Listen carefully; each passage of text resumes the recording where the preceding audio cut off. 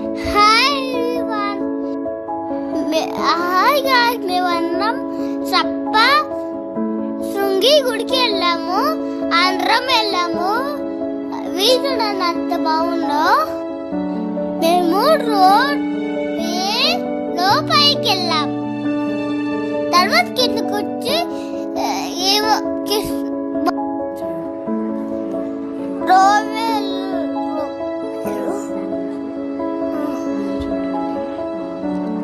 Roadway నుంచి వీలు చూడండి, బాగుంది, చాలా చాలా బాగుంది. అన్నయ్య కనిపిస్తారు చూడండి, అత్తయ్య. మా నాన్న అందరూ కనిపిస్తారు చూడండి, అత్తయ్య.